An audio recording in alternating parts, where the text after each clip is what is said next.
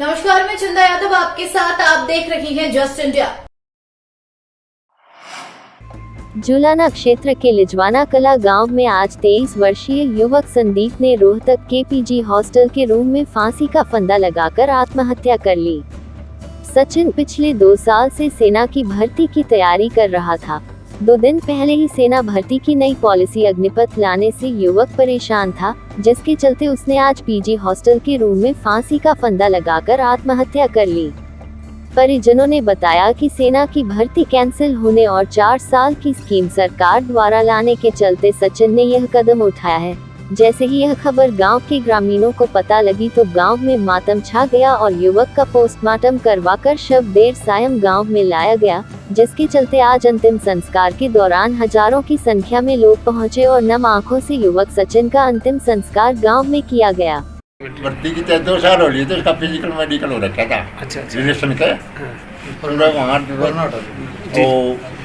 रोहतक रहे थे और BCA भी किया था साथ साथ, दोनों काम करते। तो तैयारी कर जाता अपनी, पेपर रह जाता उसका, पेपर पोस्टपोन होता जा रहा था कोरोना की वजह से। ठीक है ना। फिर कल पता चला, कल के ही पता चला हमने, तो बच्चों ने बताया अंकल ऐसे थे। मैं कहा था उससे पहले हमें कोई पता नहीं। तो क्या मानते सरकार की बदलती नीतियों के कारण आपने अपना बेटा खोना पड़ा? ना, मैं तो नहीं मानता हूँ, टीम आ गया उसका, किसी का दोष नहीं लड़ा करता।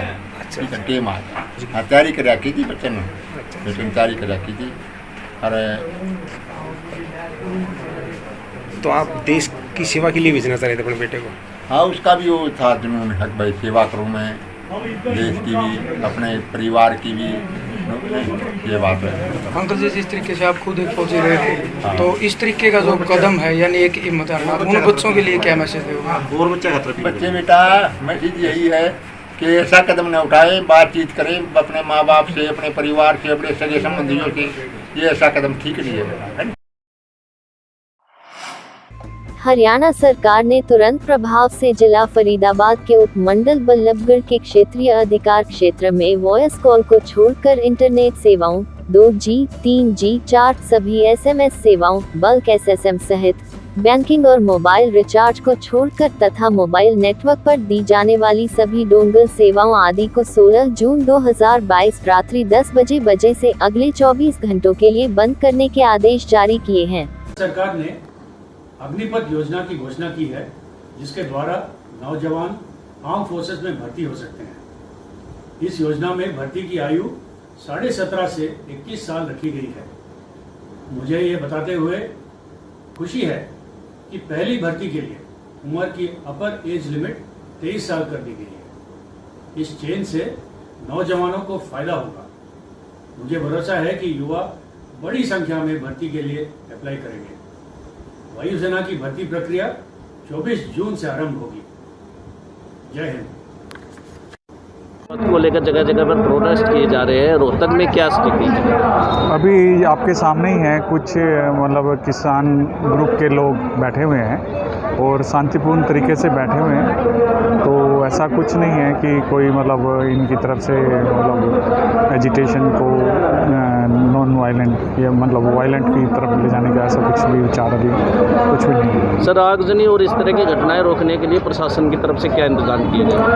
हाँ, देखो, जैसे आपको भी अभी सामने बैठे हुए हैं, कुछ लोग हैं 100 के आसपास लोग बैठे हुए हैं, तो इनका सभी शांतिपूर्ण तरीके से बैठे हुए हैं और सभी अपने आप भी ये खुद कह रहे हैं कि बैठ के और जो भी इनको डिफरेंसेस जिनको फील होते हैं तो वो अपने बतला रहे हैं ये लोग। हमने सभी को आगाह किया है कि भाई सभी शांतिपूर्वक अपना जो धरना प्रदर्शन है वो करें और कोई भी पब्लिक प्रॉपर्टी है या कोई प्राइवेट प्रॉपर्टी है उसको कोई नुकसान पहुंचाने की कोशिश नहीं करें। जो भी धारा 144 की लगी हुई है उसका पालन करें और अपने लिमिट्स में रह के अपना धरना प्रदर्शन करें। कितने पुलिसकर्मियों की ड्यूटी लगाई गई है सर, या कोई अंदेशा है कि इस तरह की कोई हिंसा हो सकती है? नहीं, हमें तो हर तरह की स्थिति के लिए तैयार रहना होता है, तो हमने अपने व्यापक प्रबंध किए हुए हैं। तो जो भी एंटी राइट जो ड्रिल है उसके अनुरूप हमने अपनी व्यवस्था की है। देखिए, आज हम रोहतक में जो बीजेपी का हेड ऑफिस है हरियाणा का, उसके आगे आज हम धरने पे बैठे हैं और मांग है कि जो बीजेपी ने नया कानून बनाया है जिसमें आगे फौज की भर्ती केवल 4 साल के लिए होगी और जो हमारी नौजवान पीढ़ी है उनके एकदम सपने जो है वो टूट गए हैं, जो कई साल से लगातार वर्जिश कर रहे थे कि हम देश की सेवा करेंगे, फौज में जाएंगे, तो एक बिल्कुल अविश्वास जैसा माहौल उनके अंदर आ गया है। नशे पर अब स्टेट नारकोटिक्स कंट्रोल ब्यूरो का प्रहार। युवाओं को नशे की लत लगाकर बर्बाद करने वाले नशा तस्करों की जगह सिर्फ जेल है। इसी मकसद के साथ स्टेट नारकोटिक्स कंट्रोल ब्यूरो काम कर रही है। अंबाला, पंचकुला और यमुनानगर के प्रभारी इंस्पेक्टर जोगिंदर सिंह ने बढ़ रहे नशे पर लगाम लगाने के लिए जनता से सीधा संवाद किया और जागरूक करने के साथ साथ नशा न करने की शपथ भी दिलवाई। साथ ही ये विश्वास दिलाया कि स्टेट नारकोटिक्स कंट्रोल ब्यूरो के टोल फ्री नंबर पर 915089 90508 और उसके अलावा उनके सरकारी नंबर 913889 90743 इन नंबर पर जो कोई नशे से संबंधित सूचना देगा उसका नाम गुप्त रखा जाएगा और नशा बेचने वालों पर कड़ा एक्शन लिया जाएगा।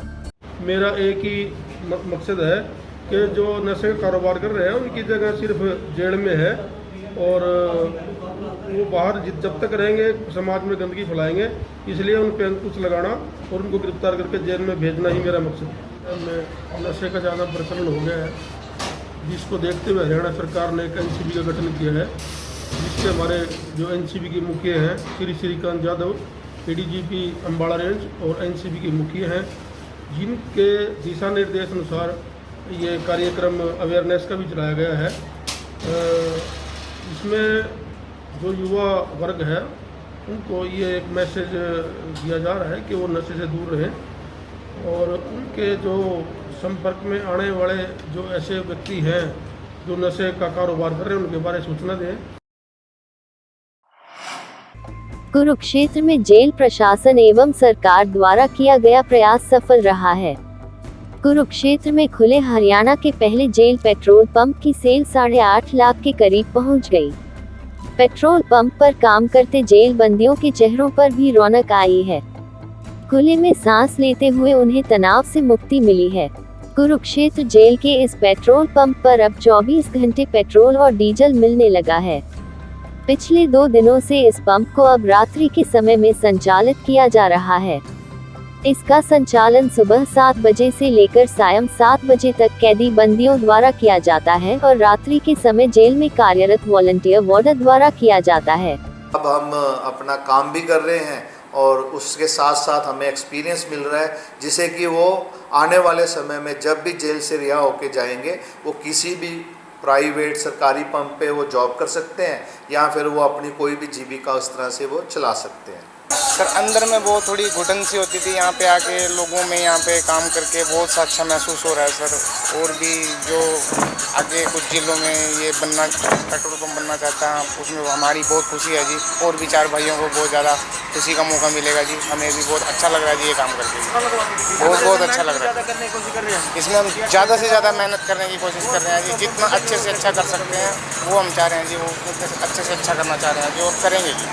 क्या नाम है? हाँ जी, हरप्रीत सिंह मेरा नाम है और मैं जिला कुरुक्षेत्र कारागार में बंद हूँ, कैदी हूँ। और सर हम जब बाहर आए हमें बहुत अच्छा महसूस हो रहा है, खुले में सांस लेना और लोगों से बातचीत करना हमें बहुत अच्छा लग रहा है, बहुत अच्छा लग रहा है। और ये सरकार का जो निर्णय है जी हमारे को यहाँ रखने के लिए बहुत अच्छा है, हमें बहुत अच्छा लग रहा है यहाँ पे काम करने के लिए। काफ़ी बढ़िया लग रहा है यहाँ काम करके, यानी कि काम तो यानी कि अंदर भी कर रहे थे हम पहले, लेकिन अंदर एक थोड़ा सा यानी कि मानसिक तनाव यानी कि थोड़ा सा यानी कि रवा, यहाँ यानी कि बाहर की दुनिया में रहने का यानी कि लोगों के बीच में रहकर काम करने का मौका मिला, वो काफ़ी खुशी है इस चीज़ की। देर शाम भाजयुमो की ओर से केंद्र सरकार के 8 साल पूरे होने पर निकाली गई विकास तीर्थ यात्रा बाइक रैली को महम के BDO ऑफिस के बाहर से झंडी दिखाकर रवाना किया। यह रैली भाजयुमो जिला अध्यक्ष नवीन धुल के नेतृत्व में निकाली गई। करीब 500 बाइक सवार कार्यकर्ताओं ने इस रैली में भाग लिया। रैली में अमित सैनी जिला महामंत्री युवा मोर्चा, संदीप राठी, वरुण, नितिन, इंदर मोहन, विजय, विवेक नांदल, दिनेश निदाना, रोहित, राजेश किराट, सुनील सैनी, धर्मवीर, जासू नायक समेत अनेक कार्यकर्ता शामिल हुए। बाइक रैली रवाना करने से पूर्व अपने संबोधन में जिलाध्यक्ष नवीन धूल ने कहा कि प्रधानमंत्री नरेंद्र मोदी के नेतृत्व में केंद्र सरकार ने पिछले 8 साल में देश में बड़े ऐतिहासिक निर्णय लिए गए हैं। ऐसे निर्णय जिससे देश की अस्मिता पर हमला करने वालों को करारा जवाब दिया गया। देश को आर्थिक रूप से मजबूत बनाने को जीएसटी कानून, मुस्लिम महिलाओं को 3 तलाक से आजादी आदि कई बड़े निर्णय सरकार ले चुकी है।